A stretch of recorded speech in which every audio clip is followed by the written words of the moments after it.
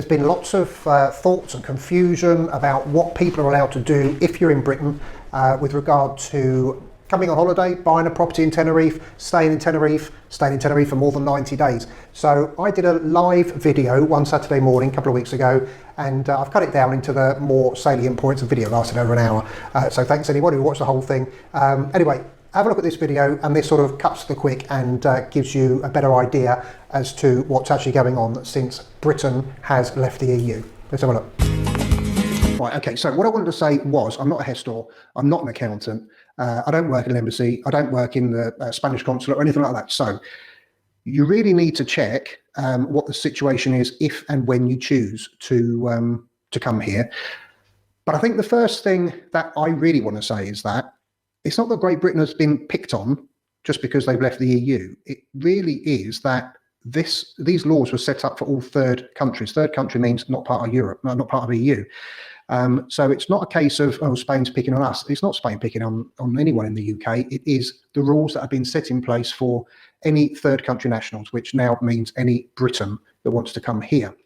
And one of the biggest things that has been on a lot of people's minds is this 90 days in a rolling 180. Right, so what you're allowed to do as soon as you come into the EU or any of the following countries, which are all part of the Schengen zone, so the EU, Iceland, Liechtenstein, Norway, Switzerland, Monaco, San Marino, and Vatican City. So all of those areas equate to being what's called the Schengen area, Schengen zone. And the day any third country national sets foot in any of those countries, the clock starts ticking and using up your 90 days, which is the 3 months that people are talking about. So as a third country national, you're allowed to spend 90 days in any of those countries. And obviously we're talking about Spain and specifically Tenerife, but 90 days in any rolling 180. So effectively, you'd come here on, let's say, the 1st of January, and then you would sort of 90 days later, you'd have to leave the Schengen area, leave Tenerife, go back home for another 90 days or 91 or whatever it's going to work out to be. And then you can come back again, and then you can do another 90 days here. So you can have 3 months and 3 months. So, okay, that's understood. The downside is that for people who want to spend 6 months of the year here, because a lot of people from Northern Europe like to come here, and obviously Britain's part of that, in the cold winter months. So very often people used to come from sort of October through to March. So October, November, December, January, March. Yeah, so that's 6 months. Now, I found out yesterday that the UK government have a ruling which means that Spanish nationals can go to the UK for 90 days, but they can have 2 lots of 90 days in succession, which means 180. So one of the things that I read yesterday was, and there are a few rumours about it, I don't know whether it's going to be true or not, but it does make sense that potentially you could do 180 days in succession and 180 days out of the EU Schengen area. So that would be quite nice for those that want to come and stay for 180 days for the 6 months, or at least more than 90 days. So that's a rumour. It could happen, and it sort of does make sense, because invariably the Spanish government would want to do some sort of reciprocal agreement for the Brits, and that does make sense. But as I say, it's yet to be put into place. So how can anyone come over here? Well, if you buy a house here, it doesn't necessarily mean that you have automatic right to reside here for any longer than the 90 days. Just buying a house doesn't mean anything. If you've had there was one question, actually, I'm going to cover the questions that were sent to me at the end, just in case I haven't covered it all in what I'm about to say. But there is, there was a question that someone said, I bought a house a few years ago. Does that, before Brexit was even thought about, and does that not entitle me to start? I know it was John. No, John, it doesn't mean that you can stay. It doesn't mean that you have any automatic rights at all. Your automatic right, unless you go for one of these visas, is that you're allowed to come for 3 months, and then you need to go back to not necessarily your hometown, but get out of the Schengen area, and then you can come back again for another 90 days. So those are the rules at the moment. So it doesn't matter that you own a property here. It really doesn't allow you to do anything else than someone that does not own a property here. So there are a number of different visas that you can apply for, and I mean a number. There's quite a few confusing visas. Student visa, pretty obvious. You can go for a work visa, which you have to be on a specific list of difficult to obtain jobs. For example, you might be a high-class sports person or something like that. that job then would need to be advertised in all of the local job places and the papers, I guess, and things like that. And then you'd then be chosen. Perhaps you're the only person that can do such and such a job in the science world or something like that. And if they can't find someone here in Spain, we're talking about Spain as a whole now, then you could then apply for that job and then you get a work visa. So that's going to be quite a hard one to get.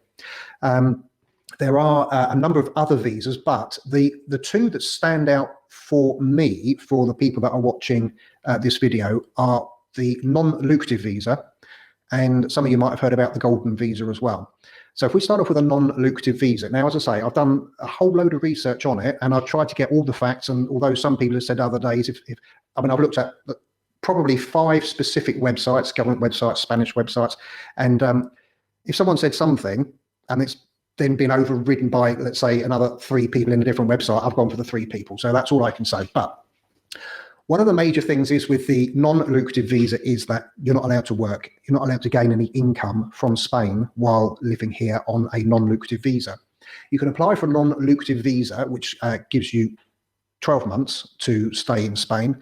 And then when you get here, you have to then apply for your padrón and your TIE, which is your residency cards. It doesn't give you full residency, though. It only gives you a visa for 12 months.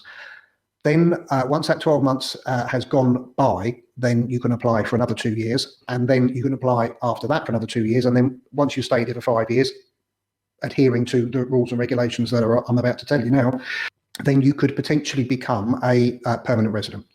If you're going to spend more than 183 days here, so this is 183 days, is nothing to do with 180 days that we were talking about, the 90 days in the rolling 180 days. 183 days means that you will become tax resident in Spain as well, which will mean your worldwide assets will be taxed, okay, through Spain. So by becoming a full-time resident, not necessarily, because you may choose not to, because you might not go through the 5-year period. But if you do spend more than 183 days here, you become a tax resident, which means that Spain will tax you on your worldwide assets. So that's that. Now, what are the things that you're required to adhere to be allowed to apply for a non-lucrative visa? Okay, a lot of people are asking, do I need to have an income into my bank account? Spain has a method of working out, I'm sure every country does, has a method of working out how much someone potentially could live on a month.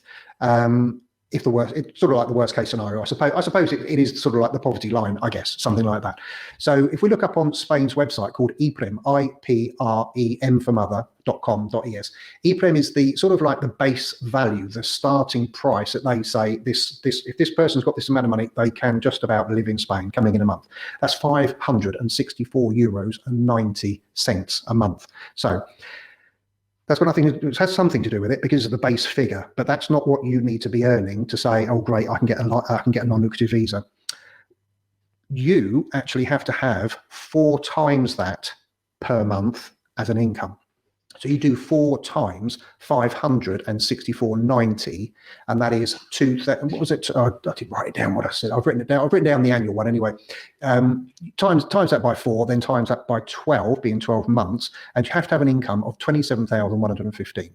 So 564 times 4 is 2,500-ish, isn't it? 2,400, something like that. I'm sure someone's going to put it in the comments. But anyway, so that's what you have to have as an income every month. Approvable income every month to be allowed to apply for the non-lucrative visa. What they're trying to do is they're trying to stop people just thinking, oh great, I'll move to Spain and I'll just live off their social security or whatever, because you haven't put anything into the system. So they think, right, you're not going to just come here and start living off the system. So you need to have, the main applicant needs to have 27,115 euros a year as income.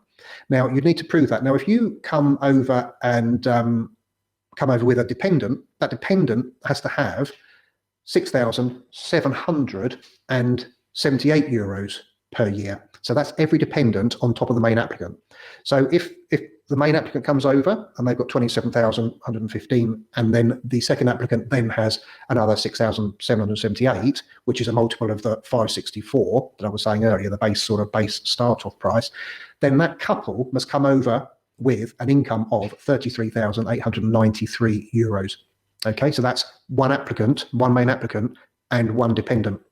If you've got more dependents, then the other dependents or the main applicant must have enough money for the main applicant will have the 27,000, and then it must be another 6,700 for, let's say, the spouse, and then 2 children must also. I know they're not going to necessarily earn 6,777, but they've got to have. The main applicant has to have enough money for all of them. So that's something you need to think about. So 27 for the main applicant and 6,778 for each dependent thereafter. So how can that be made up? Obviously, if you're thinking about coming here for 12 months, it can't be a job in England, because that won't count, because you won't be allowed to go to work because you're supposed to be here. So you can have it as a pension. So if you retired, then you can have that as a pension, and then that'll give you the income for it. You can actually have savings in a bank for that amount as well. So if you were one person and you had 30,000 euros, let's say, saved in the bank, and from one of the things I read, it had to be saved in the bank for 6 months, and you had to prove it. Now, it could be saved in the bank in a UK bank. You could prove that with statements and have them translated into Spanish, so that would work. And also, what else was it? You could have it in Spain, and they have a certificate that you go to the bank, and you could ask for the certificate to say, please have a certificate to say how much I've had in my bank and for how long as well. So that's an interesting thing. Or the obvious thing is a pension. But what they want is that you can prove some sort of economic stability. They don't want you coming over here and living off the state. So that then leads us on to the next thing. You also have to have a private health insurance, and it also has to work, has to cover you straight from the day that you come in. So there are some private health insurances that you can buy, which will say, well, okay, but we're not going to cover you for X, Y, Z for the first 3 months. Which I suppose is for them to cover themselves, but you can't have any of that. I think it's called co-payment. But it can't have any of that in it. It's got to be the full cover from the day you step into Spain. This one might blow out a few people. It says no criminal record, but I'm only joking. I don't know how long that has to be for, though. No criminal record. I'm going to guess 5 years, but I didn't read anything about that. Just people were just writing and saying no criminal record. So that's that. And you must also have somewhere to live in Spain. So it could be the house that you've bought, or you could have a rental property that you're going to come and that you're going to come over and rent as well. The consul, the Spanish consulate, they'll take about 30 days to approve a non-lucrative visa, and then you have apparently 90 days in which to use that visa to come to Spain, and then you have to start the ball rolling with what we said earlier. Start the ball rolling with your TIE. If you're going to go for the 5 years and then try and get permanent residency after 5 years. So don't forget, the second year, so you've done your first 12 months on a non-lucrative visa, but for the second year, it's going to be for 2 years.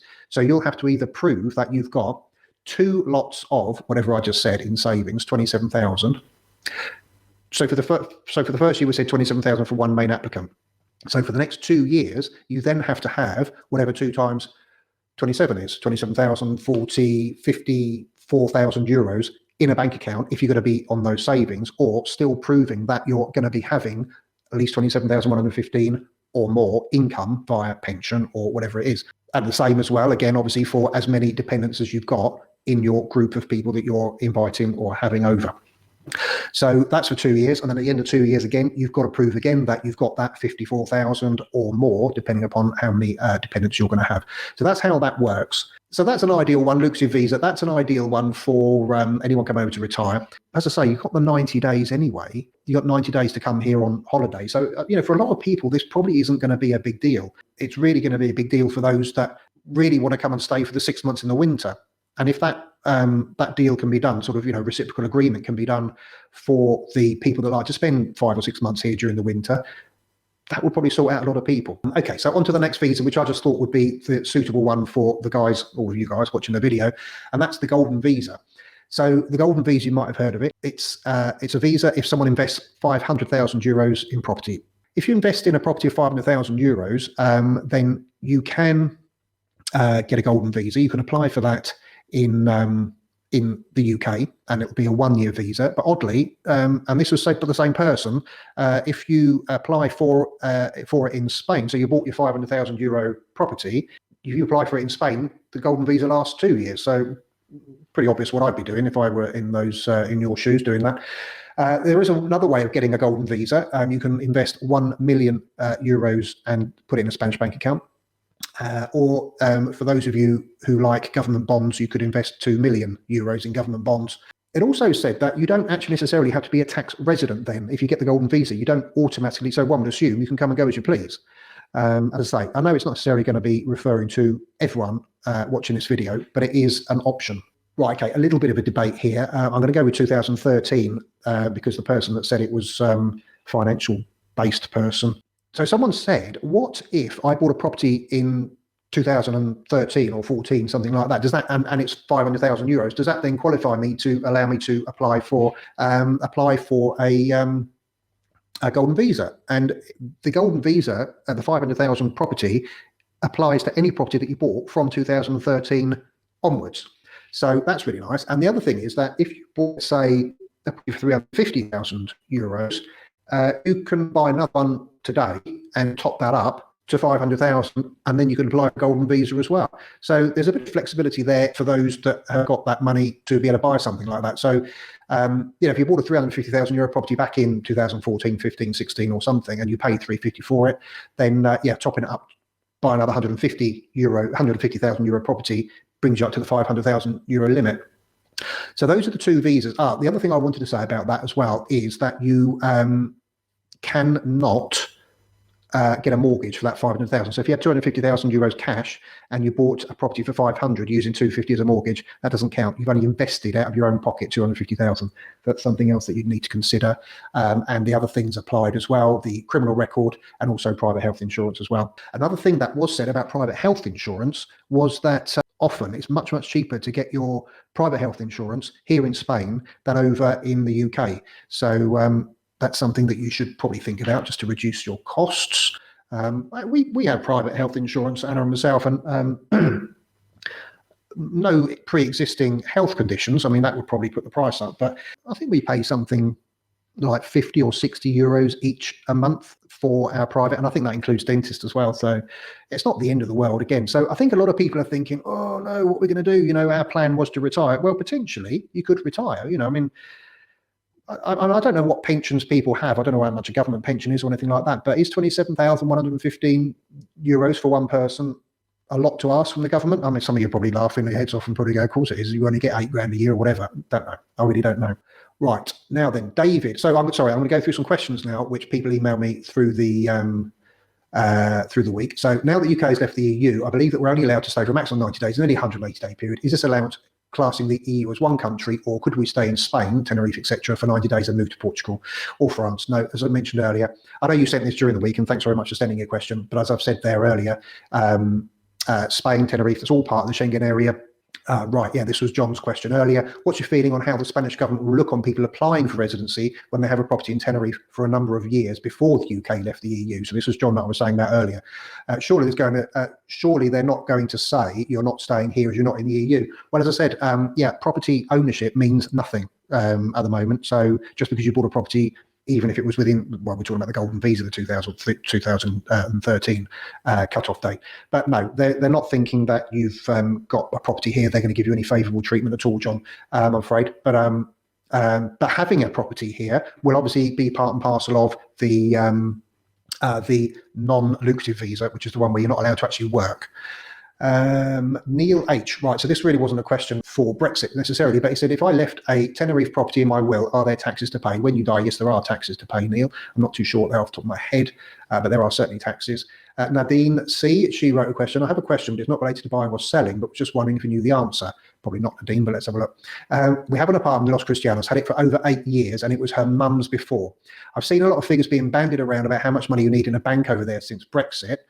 So they only use it for holidays. I'm not planning to stay any longer. They're not just yet anyway. So does this apply to us? So we're talking about the money in the bank account. No, Nadine, the question there is sort of relating to the non-lucrative visa, where you've got to either have some money in the bank account or a regular income of the 27,115 or the figure I gave earlier. That's what that is. And that's the thing I think where people are getting a bit confused. So yes, you've got to have money in the bank, but you, as a person that's got a holiday apartment here and are going to be coming just for holidays, and of course, you're in the 90-day thing, so you can come for 3 months if you like. At the moment, it could be 180 in due course, but I'd say that's just a rumour. The only money you need in your bank account is just for running costs of your apartment. So that's that. So Alison says, let's have a look, Alison, can we still apply for residence in Spain after the 1st, so as of now, or can we not do that anymore? Right, Alison, that I think we talked about under the, if you apply for a non-lucrative visa, so the non-lucrative visa is the one where you're not allowed to work. So you can't really apply for residency just because you buy a house. You can't really apply for residency and come over here and get a job unless it's on the list of special job, which I talked about earlier, about being a sports person or something like this, or perhaps a scientist, but they can't find any person in Spain to fill that place. Then that's possibly that's the only way you can be able to come over. But if you're thinking about coming over and trying to become a resident without fitting the criteria of a non-fiscally resident, of a non-lucrative visa, then no, I don't think you'll be able to. Right, I don't want to get too much into this, if I'm honest. I don't know if your name's Clayton or James, but I don't know where people are getting all this, thousands of refugees arriving by the day. I'm not having a go at you, Clayton, or James Clayton. I'm going to call you Clayton. I'm not having a go at you, mate, but there's a lot of people think that we're being overrun by a lot of refugees, and we're not. Tenerife is still as welcoming and as nice a place to be. Yes, of course, you still got the people walking on the beaches, selling their blankets and selling the glasses and selling the watches and things like that. But, don't think that because, we've had a few boats and things like this come over that we're being overrun, because we're seriously not. I went to Santa Cruz, when I was getting my card, the TIE card, I went to Santa Cruz up there. There were quite a few up there hanging around a hotel. But due to COVID, they're moving them to the peninsula because that's the next step for them. So yes, they're coming. I haven't heard, in all honesty, I haven't heard of a boat coming to Tenerife. And in fact, Gran Canaria was worse than Tenerife. And I haven't heard on the Spanish news of a boat. I might be wrong, but I haven't heard of a boat arriving in the Canaries for quite a while now. So I think it was like a great big splurge of it, and now it seems to have died a bit of a death, really. I think anyway. But yeah, so that's it. Just Tenerife is still the same place that you've always loved, and that you've always loved and enjoyed. And we've still got the sun, and we've still got the beaches, and we've got the restaurants, and we've still got I know. Rub it in a bit. Right, last couple of things then. Dave says, let's say the 90 plus 90 day rule comes in. Yeah, that's going to answer a lot of people's dreams, really. Yes, it would solve that problem, and it would still be good for the Spanish economy.